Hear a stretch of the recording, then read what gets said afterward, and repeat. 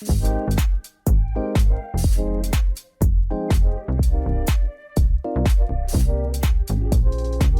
I want to welcome you back to Boise Entrepreneur Week. I'm Gordon Jones, the Dean of the College of Innovation and Design at Boise State University.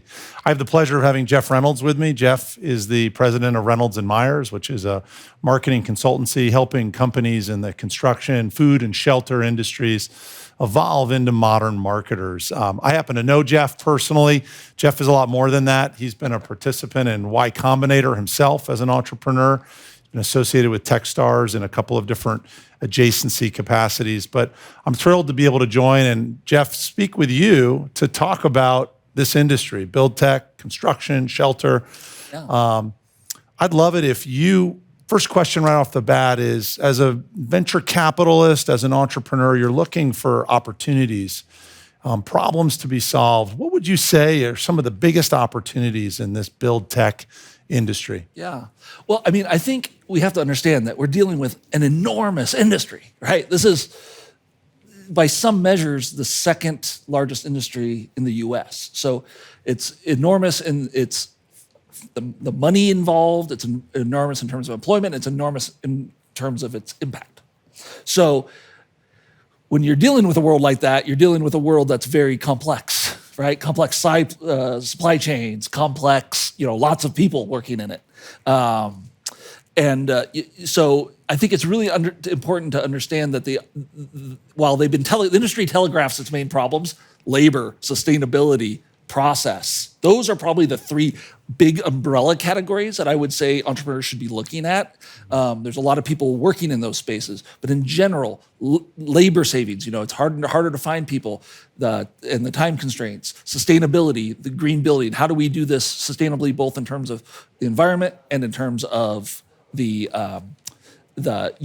financial side of it, and then process. In this industry, this is an industry. Actually, Levi Smith said this the other night to me. Franklin from Franklin Building Supply. Mm-hmm. He said, if you looked at building plans and building systems from 50 years, goes from 1950 and from 2020 or 2021, they're virtually the same. We haven't changed the system. So all I'm trying to say is, bottom line is, big industry, understand the complexities and understand how much learning there is to do to actually figure all those details out. Okay. So it sounds a little bit like, first of all, understand the dynamics of this industry, recognizing that while much as perhaps feels new, in many cases there's a lot of legacy processes. You've called out a couple different areas. If you were an aspiring entrepreneur, I always am. Maybe we both are. Yeah. But what advice would you have, either in where you personally see opportunity, or what advice would you give aspiring entrepreneurs? There are clearly large players in this industry, but right. Large industries often have large segments that are either unaddressed. Well, that's the thing, right? The niches, the tiniest niches in this industry are huge. So they present huge opportunities. And, I really like a lot of what's happening on the on-site, the modular building, the stuff that Autovol locally is doing. We have a real nice cluster, IndieDwell, Autovol. I'm really interested in those spaces, but understand that those are spaces that take millions and millions of dollars for the cost of entry. It's a little bit like setting up a car factory almost. Exactly. The capital required. That's what it is. Yeah. That's what it is. Robots, out at Autovol. And so I think depending on the kind of entrepreneur you are, you want to understand the game that you're playing. So if your game is not building a $100 million factory, where can you fit? And I do think there's a ton of opportunity to apply. I mean, this is basically what I do in my day-to-day work. I apply sort of growth hacking techniques to these industries.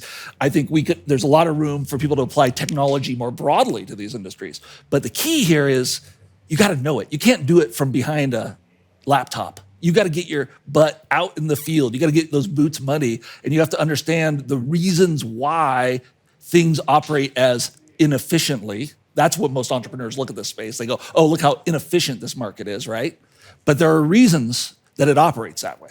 And having that sort of level of deep understanding will uncover the real practical problems. And presumably getting those proverbial or literally those boots dirty will give you that insight into the why. That can give you a little more precision, I assume, into how you can go about addressing that inefficiency. Yeah, this is just simply not an academic, no offense. None taken. No, I'm just saying it's Works not in theory, but does it work in practice? That's our standard. That's the thing. Yeah, right. This is somewhat the opposite, right? It can't go wrong. And these are high value industries. Now, that said, to your point, when you asked opportunities, there are a ton of little steps in that process. If we're talking residential, of course, it's bigger than residential, but if you're talking residential, there's a million little steps that stack up to get anybody's home built. And each one of those steps is ripe for improvement. So that's my answer, is look for the gaps. If I'm an entrepreneur, I'm looking for the gaps. I'm looking at how my specific skill set and sort of point of view on the world can merge with the more traditional nature of this industry. Well, I know in your current work, you also work with established players. So let's flip the table for a minute. Let's think about those large players desiring to continue to innovate themselves. Given their scale, they may have growth targets or aspirations that are very different than that individual or small group of entrepreneurs looking at inefficiencies. What would be your advice for those established players, how they might go about either being more innovative, thinking about opportunities to capitalize on the innovation opportunity in this sector? Talk about how you would advise or counsel, or how you do those established players. Well, I'm sure you would say the same. You say this all the time. You know, it's like the disrupt or be disrupted, and innovate or die. Innovate or die. Right. So this is no different, right? Change. My first message is change is coming for you. So you get better decide whether you're going to be the one leading that change or being drug around by it. Second of all, in this particular industry, I think you have to really examine the definition of innovation. If we're really honest in the building materials space and the like not going into construct contact like software space, even though that's also an issue, but more in the physical product spaces and related. Their definition of innovation does not meet the criteria of your definition of innovation. It's incremental at best. And I'm just telling you that's not going to work. So what's my advice? My advice is one, skunk works. If I'm doing an innovation, get it out from under your roof. Set up a skunk works operation that allows them to operate more freely away from the politics and baloney of the big organization, the parent company. That's a big one.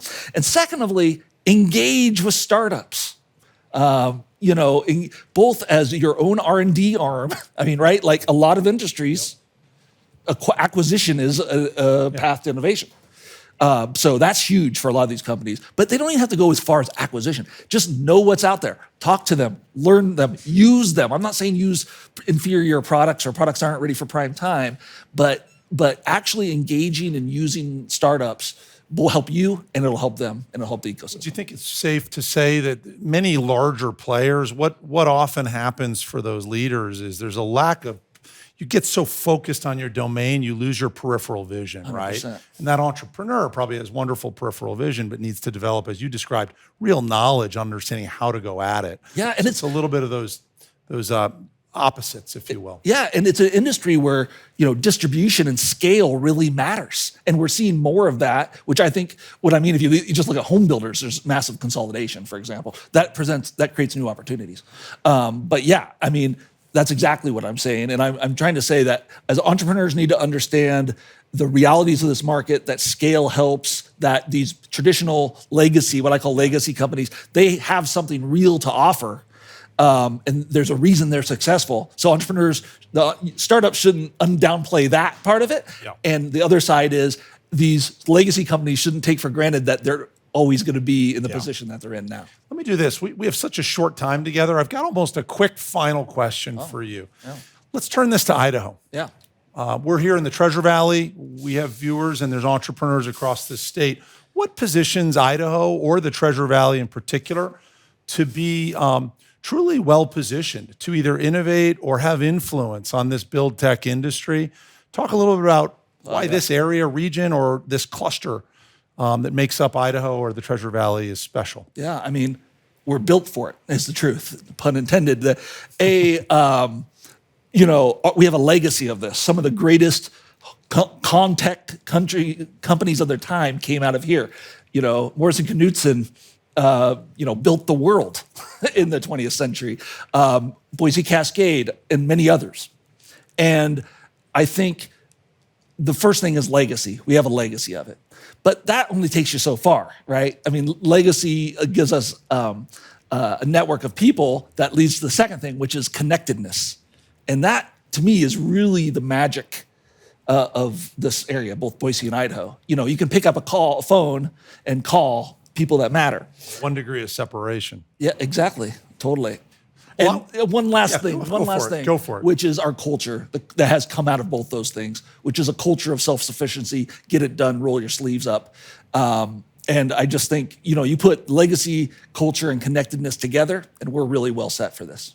I think that's a great way to close it out, Jeff. I want to thank you. That's when I think of that legacy, culture, and connectedness, really special way. I hope that's been of help to those entrepreneurs and aspiring entrepreneurs listening.